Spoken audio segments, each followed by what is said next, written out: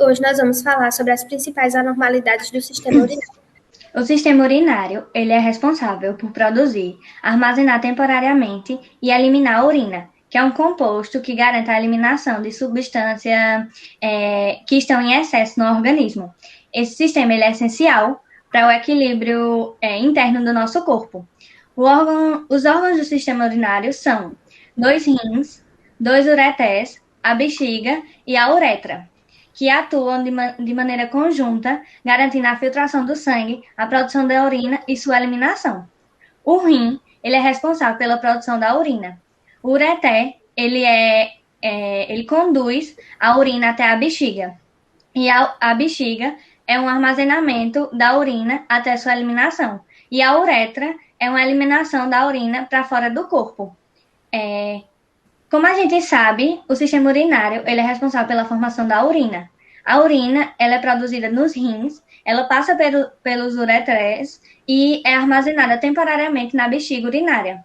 E, posteriormente, ela é lançada para o exterior do corpo pela via uretra. Existem algumas diferenças entre o sistema urinário masculino e o feminino. O sistema urinário masculino, masculino e feminino, eles apresentam o mesmo órgão. Porém, a uretra no homem apresenta outra função, além de garantir a eliminação da urina. Ela dá passagem também ao sêmen durante a ejaculação. E no sexo feminino, a uretra é composta só pelo sistema urinário.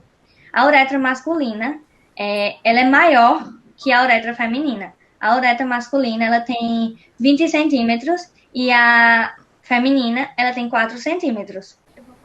Sobre as anormalidades propriamente ditas do sistema urinário, principalmente do trato urinário superior, que é onde vai ter uma maior incidência das infecções, inflamações e algumas anormalidades.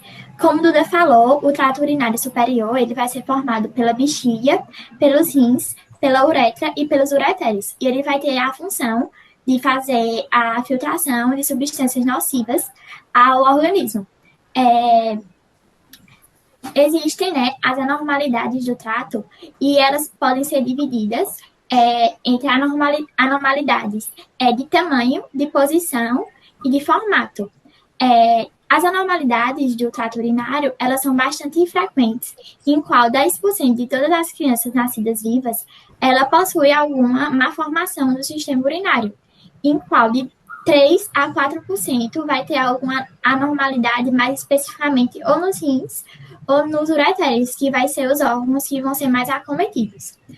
Falando sobre as anormalidades de tamanho, elas podem ser hiperplásicas ou hipoplásicas, que elas vão ser, as hiperplásicas vai ser um tamanho dos rins, um aumento do tamanho dos rins, enquanto as hipoplásicas vai ser uma diminuição do desenvolvimento e que, consequentemente, podem trazer consequências ao ser humano, como, por exemplo, uma maior propensão de infecções, inflamações e uma hipertensão arterial. As formadas por formato, elas podem ser em formato de ferradura ou em formato de panqueca.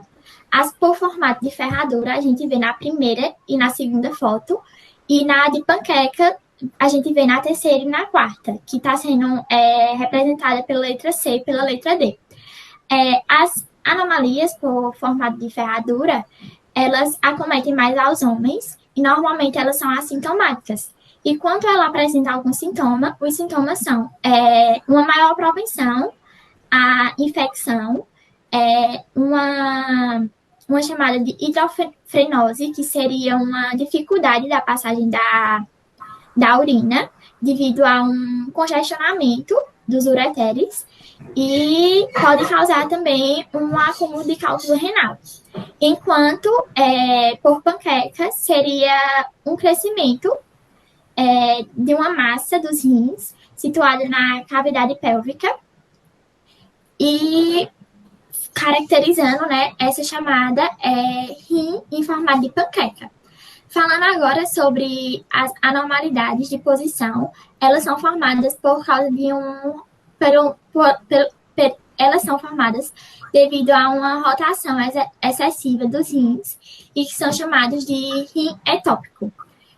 Além disso, a maioria dessas manifestações, dessas anomalias, elas são assintomáticas, como já dito, e só é possível de diagnosticar por meio da tomografia computadorizada.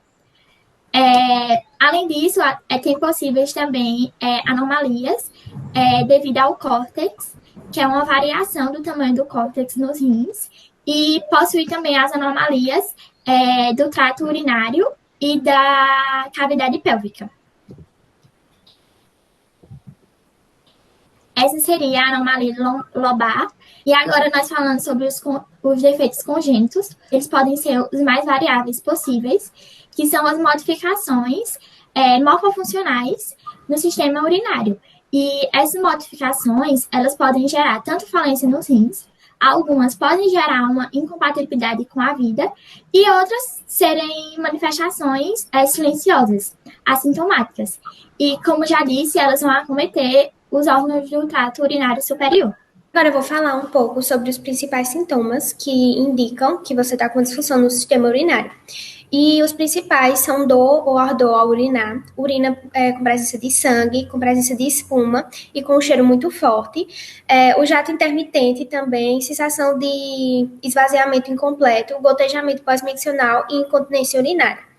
A partir das percepções desses sintomas, é indicado que você procure um médico para que haja uma avaliação, tanto pela parte do médico, como também com exames extras, para que possa comprovar e saber qual o tipo de anomalia, no caso, anomalia não, assim, qual o tipo de alteração você está tendo no sistema urinário.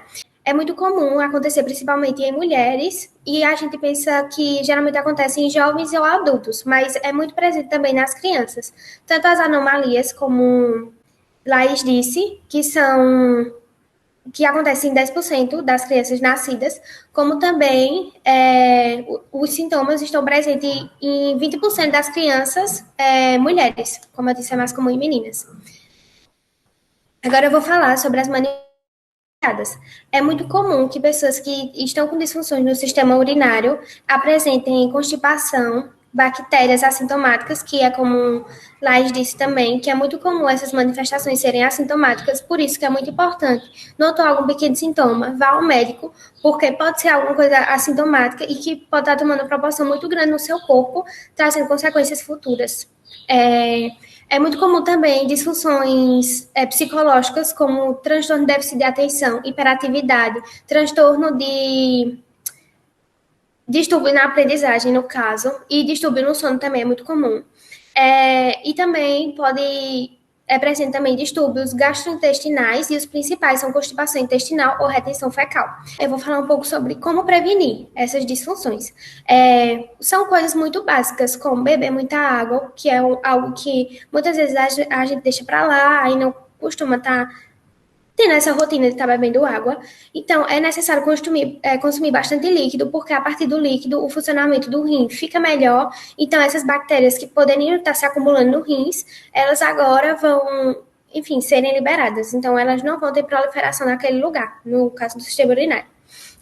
Urinar antes e após relações sexuais, não reter urina e não ficar muito tempo sem urinar. Outra coisa também que a gente deixa muito assim, não... Estou fora de casa, não quero ir ao banheiro. Mas é claro que a gente tem que ter cuidados quando estamos em lugares que a gente não conhece, a higiene e tudo mais. Mas também a gente não pode estar aprendendo, porque aquela bactéria ela vai ter um lugar ali, justamente tipo aquilo que ela queria, basicamente, para poder ter a proliferação e causar disfunções nesse sistema. Manter controlada a diabetes, e as mulheres devem evitar a higiene excessiva nas partes íntimas, porque aquela flora que fica ali protegendo o sistema, ela vai ser, tirada dali.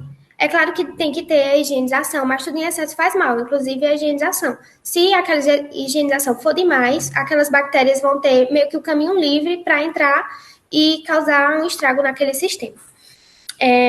Utilizar preservativos nas relações sexuais, utilizar roupas íntimas de algodão e evitar banhos de imersão, tipo banhos e banheiras, piscinas. Se você tiver se você for propenso a ter infecções ou disfunções nesse sistema.